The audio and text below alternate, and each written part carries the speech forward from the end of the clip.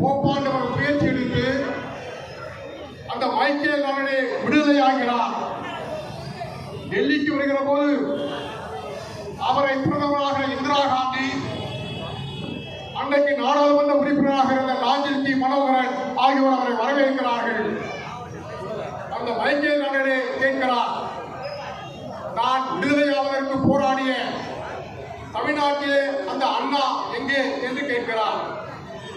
உடனே இந்திரா காந்தி சொல்கிறார், அண்ணா அவர்கள் மறைந்து விட்டார்கள், நீங்கள் அவரை பார்க்க முடியாது, நாங்கள் உங்களை கோவாவிற்கு அனுப்புவதற்கு தனி விமானம் ஏற்பாடு செய்திருக்கிறோம், நீங்கள் செல்லலாம் என்று சொல்லுகிற போது அந்த மைக்கேல் நாடனே சொல்கிறார், எனக்கு கோவா முக்கியமல்ல, பேரறிஞர் அண்ணாவுடைய சமாதியிலே நான் சென்று பார்க்க வேண்டும், அவருக்கு மரியாதை செலுத்த வேண்டும் என்று சொல்லி சென்னைக்கு நேராக வந்து பேரறிஞர் அண்ணாவுடைய சமாதியிலே மரியாதை செலுத்தி கதறி எழுகிறார்.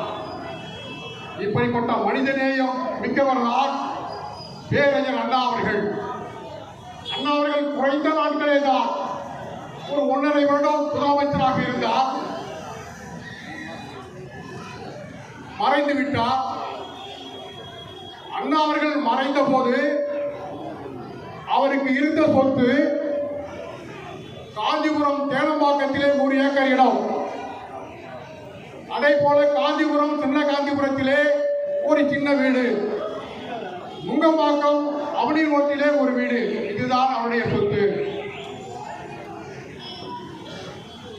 அவருடைய வங்கி கணக்கிலே நுங்கம்பாக்கத்திலே இந்தியன் வங்கியிலே 5000, மயிலாப்பூரிலே இந்தியன் வங்கியிலே 5000, இதுதான் அவருடைய சொத்து.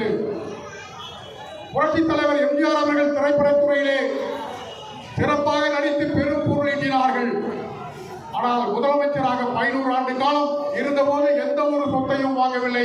புரட்சித் தலைவர் தான் சம்பாதித்த சொத்து அனைத்தையும் நாட்டு மக்களுக்காக உயிர் எழுதிவிட்டு இறந்து விட்டார்.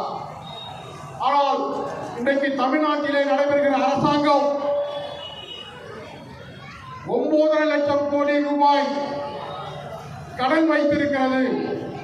இந்த 4 ஆண்டு காலத்தில் 4.5 லட்சம் கோடி ரூபாய் அவர்கள் கடன் வாங்கி இருக்கிறார்கள்.